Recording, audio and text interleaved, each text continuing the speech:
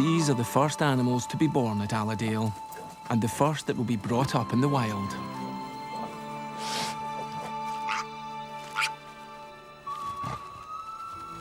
Now that the boars seem well established, it's time for Hugh to organise the next stage of the project.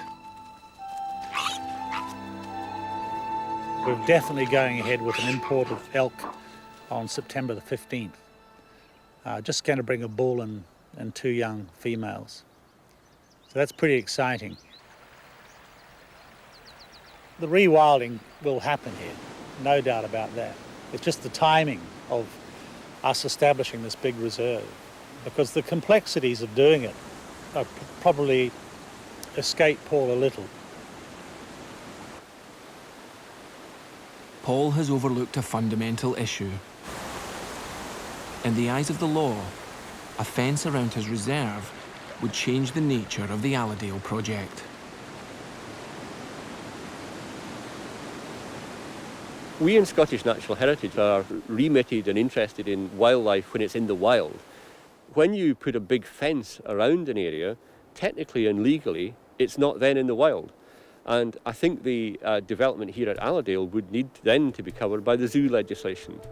As I understand it, there would be issues about animal welfare, the survival and well-being of individual animals as part of what happens inside this enclosed area.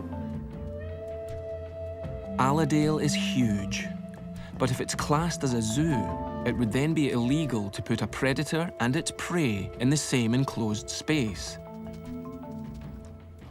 And this would completely undermine Paul's grand plan. If the Highlands are to be properly restored, he thinks it's vital for all the animals to live together.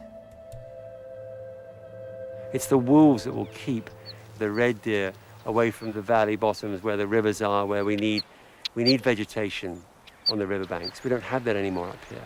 You know, it's important spawning grounds for the salmon. It's, you know, for the whole cycle of life, it's very important to have as many of the creatures back that were once here.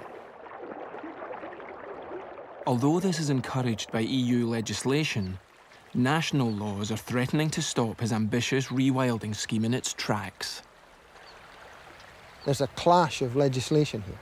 Article 22 of the UEC Habitats Directive encourages people to go through species and habitat restoration. And that means that you have an ambition to get wolves and bear and lynx back into Scotland. And the Zoo Act basically prevents that happening by saying that you cannot have predator and prey in the same enclosure, which basically flies in the face of this whole proposal. We have managed to surround ourselves in so much red tape with regard to things that you can and cannot do. We're not a zoo, we're not a Longley, we're not a private collection of animals. What are we? Well, we are a wilderness reserve. We are like a nature reserve with a fence around it. So there isn't a box for us.